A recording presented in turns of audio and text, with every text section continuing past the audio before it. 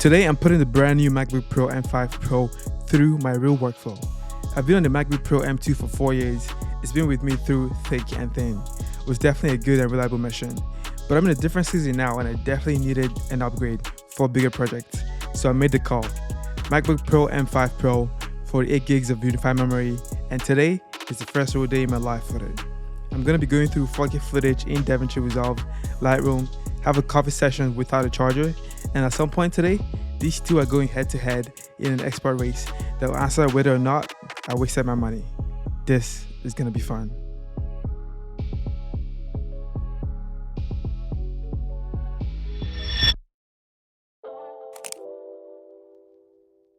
Welcome to a day in the life. Today, we're going to be spending time with the MacBook Pro M5 Pro. I'm starting my day pretty late today. It's like 12:50 right now, but hey, no judgment out here. But obviously starting off the day with, I actually did go for a run this morning, but obviously I didn't show that.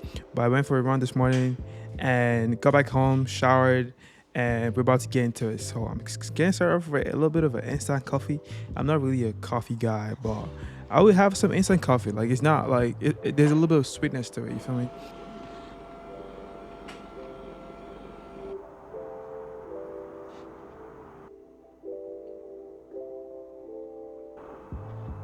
Coming from the M2 to the M5 Pro actually is a big change for me because I had the M2 for 4 years and I always make sure I worked with an SSD. It just makes my work feel a lot better. But even the larger display is a game changer for me, especially because I'm editing a lot. I love just having a bigger screen. But today we're going to be working with DaVinci Resolve and I'm going to be editing the unboxing video, which I've already posted. So if you haven't seen that, go check it out. Link is going to be up there. But that's all I'm going to be doing today. We don't have a crazy timeline. You know, we're still working on the video. But I've had crazier timelines than this, trust me, guys. But this is a simple unboxing video. And let's see how the Mac is going to perform with this. But currently the battery is at 83%. I'm very curious to see how this is going to last me for the rest of the day. I'm also going to be in Lightroom working on some of the thumbnail for this video. If you've seen this, if you've seen the video, you probably, I don't know if you remember what the thumbnail is, but yeah, I be working simultaneously sometimes with Lightroom and DaVinci. And also I've got a couple tabs open in my browser, obviously going over the thumbnail in Canva. Yeah, I love the smooth scroll and just the way the M5 allows a continuous flow in the timeline. In the M2, it used to lag quite a bit. But checking out the activity monitor, you can see that DaVinci Resolve and Lightroom is taking off most of the memory space right now. As you can see, DaVinci is taking off 4.47 gigabyte of memory space. And when it comes to energy, we've got the same two top apps taking off most of the energy right now. Honestly, guys, those are the two apps that I use the most, like, because I'm obviously doing a lot of creative work and my browser too.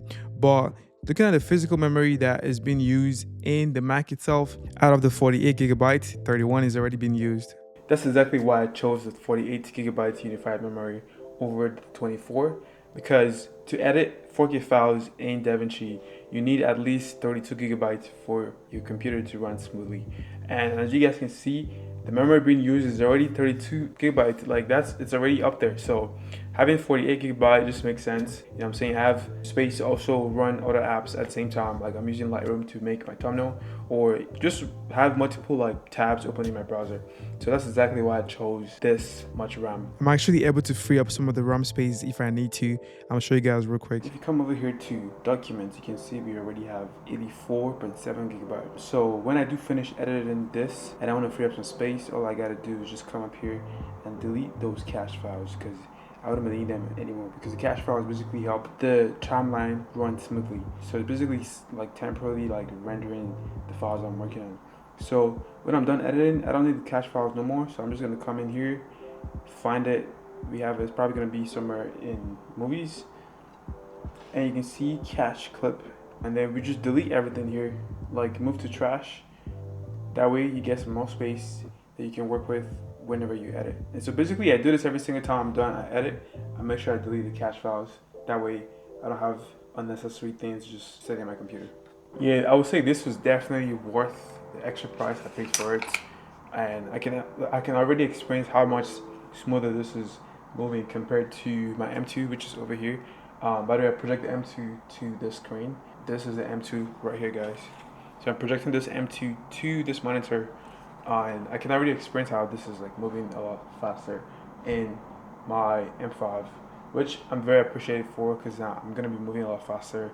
I don't gotta wait for my clips to load in DaVinci no more, so I'm excited for that. So I've been editing in DaVinci for some time now. Usually when I edit, I set the video monitoring to 1080p, even though the video is in 4K. So I set the monitoring to 1080p, so that way everything moves like smoothly. It's kind of default in DaVinci, so which is actually good. Playback is great. The timeline is looking like pretty smooth. Scrubbing through like the files is actually not lagging, which I do experience that a lot sometimes in the M2 when I did used to use that to edit. If I do like a crazy edit, maybe like some color grade where I have a mask or like some detailed stuff in color grade, the clip usually lags, and it's annoying sometimes when you have to wait to export to actually see what it looks like. And sometimes I have to export that part first before I can actually put it back in DaVinci and let it flow with the rest of the clips. But so far, scrubbing here is pretty good. Even working with Lightroom, I actually never really experienced any much lag using Lightroom in the M2, so pretty much the same. But like I said, the fact that DaVinci is already using 32GB of the memory itself, I have enough power to also run other apps like Lightroom.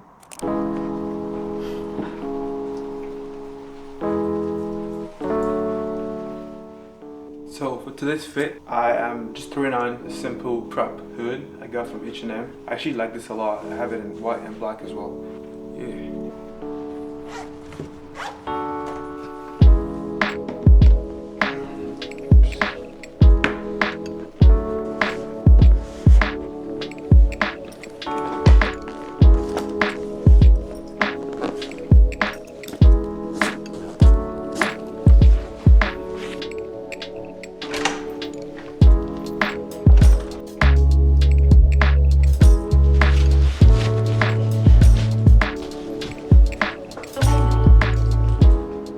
So I'm just in the Skywalk right now, you know, I'm on my way to a coffee shop right now. Sometimes like halfway through the day, I like to switch things up and go work at a coffee shop. If you guys see me limping, it's for a reason. Check this out. If you saw me limping, it's for a reason. I ran 20K this morning, and I'm not even gonna lie, my legs are killing me right now. Check this out, that's my Strava. We ran 20K this morning, crazy, still training for the full marathon. But enough of that, let's go get some edit done.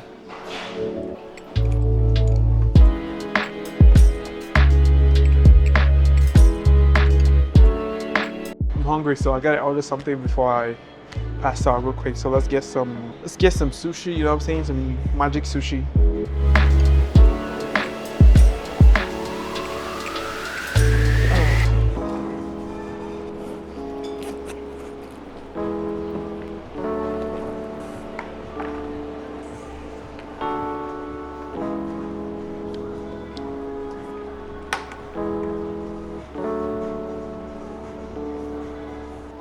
So I'm currently editing the unboxing video, like the video where I actually unboxed this. Everything I shot was in 4K, and I'm editing it on the M5 Pro.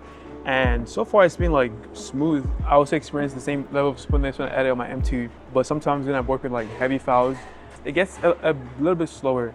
I love the experience so far. Like, I don't know what it is about this 610-inch, guys. It's just wide. I can see the clip viewer, like, it's just massive, and it makes my workflow even better because, I don't know, it's just better when having that bigger screen to actually see what I'm working on. We're gonna get some edit going and see how this performs. Overall, right now I have the MacBook is currently at 75%. I've been using it since morning, still at 75%, which is good for the battery life. You know, I haven't really done much. I'm gonna see what this gets at like a couple hours down the line. I'm gonna update you guys.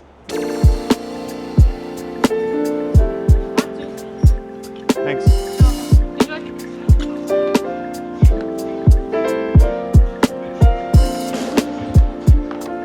Time for the sushi. I got one for myself and one for the cameraman, of course. This is low-key my favorite place to come to when I want to work. I like coming here. There really isn't that many people here. Sometimes it's busy, but most times it's not that busy. So I like coming here, sit, get some work done. You know what I'm saying? Be productive. This right here is called Magic Sushi. It's basically sushi with some yam roll and chicken inside of it. They've got beef and shrimp option, but I got the chicken because I love chicken. You know what I'm saying? But let's feast.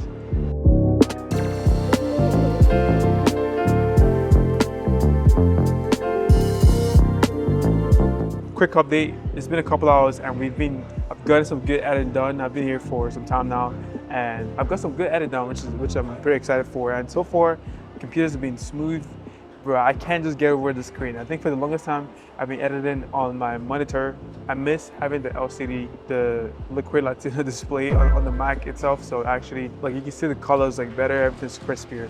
When it comes to like the battery so far, the battery has been good. I've been editing. The battery is currently now at 62%. Like I said, it's been a couple hours. When it comes to the glare, I didn't get the nano texture display because I didn't feel like I needed to get it. I don't work outside a lot. I'm mostly indoors.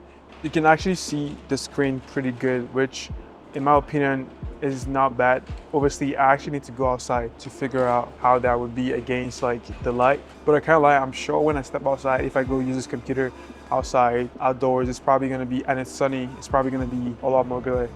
Let's head back to the apartment and finish this up. This is the moment that will either justify this upgrade or make me feel stupid for spending this much money for real.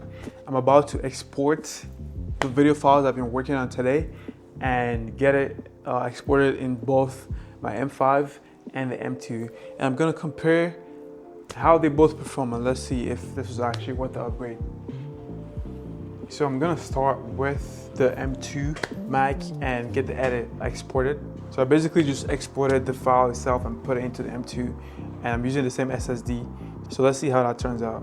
So this is really a simple video that I put together. This is actually gonna be a video that I'm gonna post before this video that you're watching right now. So let's go over to the export page. I'm gonna make sure I do the same settings here as I'm also gonna do on the M5. So let's actually get this all set up and ready to go. So here's what my export settings look like. So we're obviously exporting in MP4.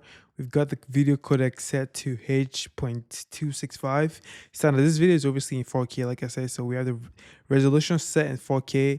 Timeline is going to be 24 frames.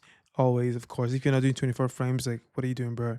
I like to set my data levels to full.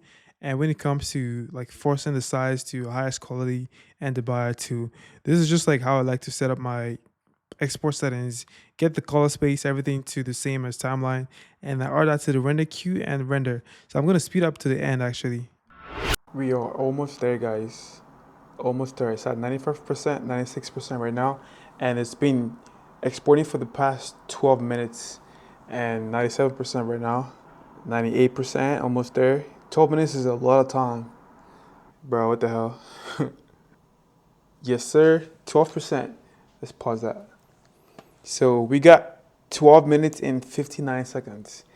And a full export, this video is 15-minute long, as you can see. Obviously, regular 4K video files. I showed you guys what I worked on. Now let's replicate the same thing on the M5. I'm gonna export the same exact file now on the M5, but let's reset this real quick. And then we've got the M5 right now. I have the same export settings. So we have, obviously the video is in 4K and we've got the same settings, guys. If you guys want to cross check, the same export settings. All right, so we're gonna add this to the render queue and let's export. Okay, so we're rendering. We are 1% right now. We already set the timer. This is the moment of truth, man. So we're currently at 93%. I almost missed this. 93%, and we're like just halfway like through than the first one. This is 5 minutes so far, 97%. Like, look at that. 98%, 99%.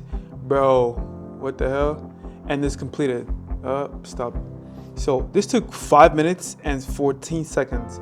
Whereas I think this, you guys just saw, the time difference is a lot. Like, that is more than half the time, like less than half the time, which is crazy.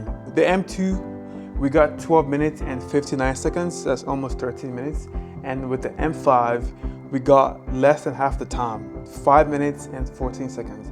That is a huge difference, like, especially when it comes to time and like cherishing your time, especially when you're editing, like exporting.